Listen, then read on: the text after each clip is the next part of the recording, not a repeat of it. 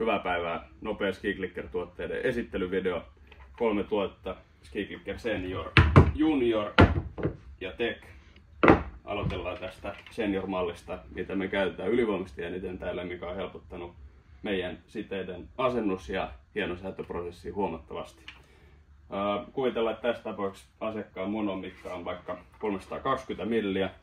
Täällä on milliasteikko, minkä mukaan säädetään SkiClickeri. Halutaan säätää nyt pituus.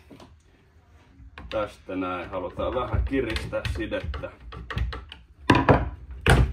Muutama kerta saa vähän jumpata ja ollaan varmaan aika tyytyväisiä. Kuten huomaatte, niin pirun nopea, ei tarvitse käydä hakemaan monoa, ei tarvitse etsiä oikeata monon mittaa. Tosi hyvä niin siteiden hienosäätöön asentamiseen, saa kaikki sabluunat säädettyä suoraan tolla, ei tarvitse monoikaan välpätä. Ja vuokraamoihin äärettömän hyvä lisäys. Asiakkaat saa pitää monot jaloissa sillä välin, kun siteet säädetään valmiiksi niillä. Junnumalli, ei mitään muuta eroa kuin, että menee 200 milliä asti, eli saa pienimmätkin sidevälit hienosäädettyä.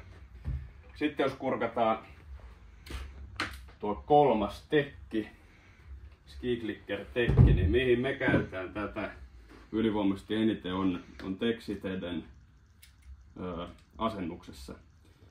Eli tässä on tämmöinen hammerhead rakenne, mikä mahdollistaa sen, että asennusvaiheessa niin kiristetään takapalikka paikoilleen, etuside heftii, ja vasta sitten kun tämä on kiinni, niin kiristetään eturuuvit, jolloin saadaan aivan luotisuora linja ja siteet toimii niin kuin niiden kuuluisi.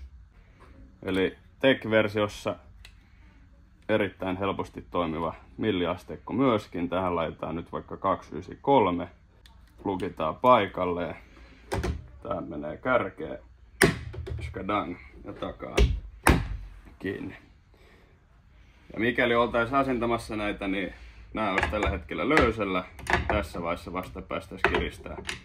Silloin saadaan koko linjasto pysyä suorana. Eli saadaan turvallisuus varmistettua, ergonomiaa parannettua ja koko prosessia nopeutettua huomattavasti. Ja jos nämä kapistukset tuntuu turhilta, niin voin sanoa, että ei todellakaan ole. Meillä oli kaikilla myös sama fiilis alku, että ehkä auta niin kauheasti, mutta on auttanut suunnattomasti. No More Boot sanoi, että tehostaa sideasennusprosessia jopa 40%, ja mä sanoisin, että tehostaa vielä enemmän. Superhyvä lisäys välineistöä. Nyt jos koskaan, niin kannattaa pienen satsauksen tehdä, niin paranee monet prosessit teidän työvaiheessa.